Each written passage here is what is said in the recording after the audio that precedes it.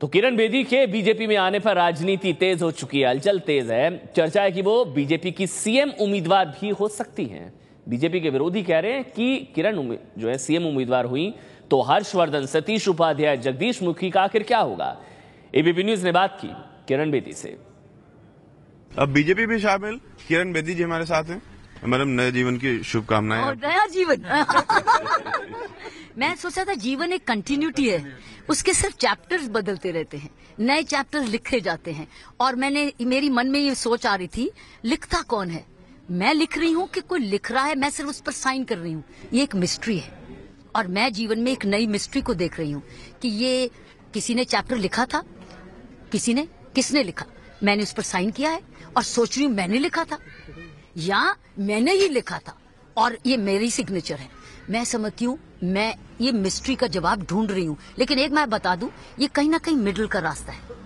लिखा भी है और लिखवाया भी है, मतलब ये किसी व्यक्ति ने नहीं, ये कुदरत की देन है और कुछ चीजें कुदरत से आती हैं। मैं इस जीवन को अपनी पुलिसिंग में भी बड़े क्लोज से देखे, क्योंकि बहुत सारी चुनौतियां देखी हैं। सो ये एक रहस्य है कि कौन पहले आया, लिखने वाला। लेकिन महाभारत जैसी फीलिंग नहीं हो रही है कि अपने परिवार के लोगों के ही आमने सामने हैं? अब केजरीवाल के खिलाफ भी आपको बोलना पड़ेगा, सबके खिलाफ बोलना पड़ेगा जिनके साथ काम किया।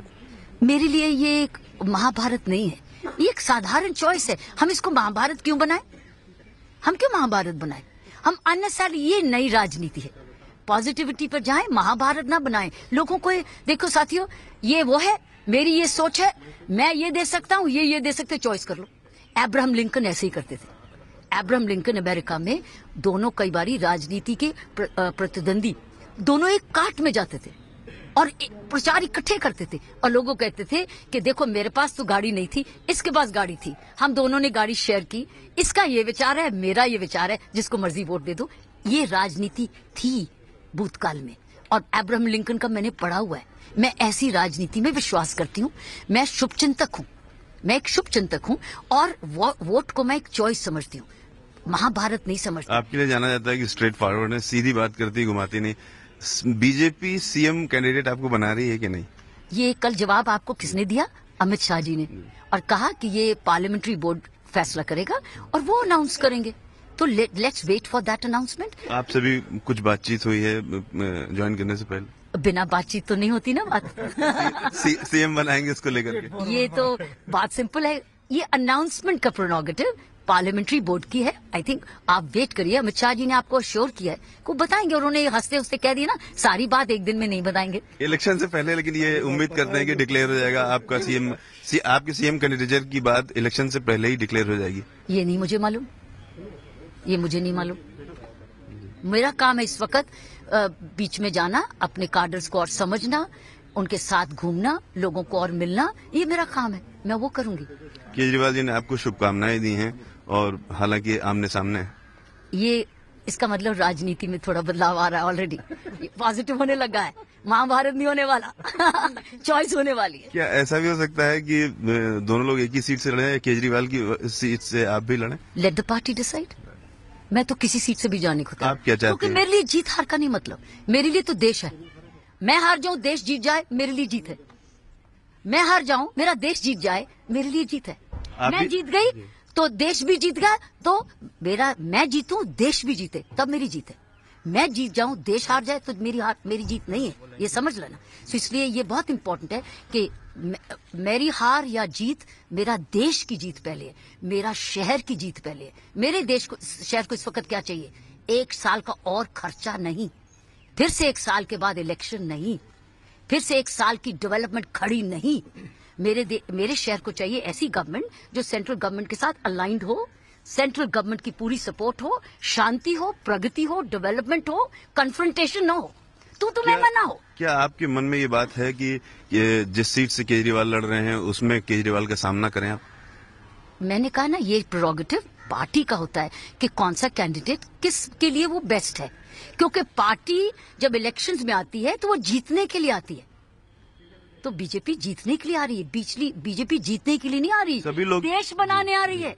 वो देश को अलाइन करने आ रही है अपने प्रधानमंत्री जी की लीडरशिप के साथ, लीडरशिप को स्ट्रांग करने आ रही है, उनको कमजोर करने नहीं आ रही। क्योंकि वो राष्ट्र पार्टी है, वो नेशनल पार्टी है, वो जितनी अच्छा जीतेगी उतना राष्ट्र निर्माण स्ट्रांग होगा, ऐसा मेरा विश्वास है। देश ये जानना चाहता है, बहुत से लोग ये जानना चाहते हैं, क्यूरियोसिटी है कि अगर किरण बेदी दिल्ली की मुख्यमंत्री बनती हैं तो क्या करेंगे दिल्ली के लिए? सेवा, डट के सेवा, सबको मिला के। कुछ प्लान है आपके पास दिमाग में? प्लान जबरदस्त है, सबको जोड़ेंगे। जिम्मेवारी लो ना, पहले तो माँ बाप की जिम्मेवारी है, लड़की को और लड़के को इक्वल सुरक्षा दो, इक्वल एजुकेशन दो, इक्वल अपॉर्चुनिटीज दो। लड़कों को मैं बनाऊंगी समझदार, लड़कियों को बोलूंगी शिक्षा में गए कि नहीं, स्कूल गए कि नहीं, स्किल सीखे कि नहीं, लड़का भी सीखे लड़की भी सीखे। मैं हर आपके चैनल पे बोलती आई हूँ, जब भी कोई रेप केस ऐसे आता था तो मैं कहती थी क्या ये लड़का किसी माँ बाप का बेटा नहीं है, ये किसी स्कूल का स्टूडेंट नहीं है, और ये जो लड़की उसको कमजोर क्यों बनाया गया, क्यों नहीं अपना कर सकी। लेकिन हर लड़की उस स्थिति में नहीं होती है। सो मैं पहले बोलती थी, मेरा 6P फॉर्मूला था, जब भी आप मुझे चैनल पे बुलाते थे मैं कहती थी 6P है क्राइम सिक्योरिटी।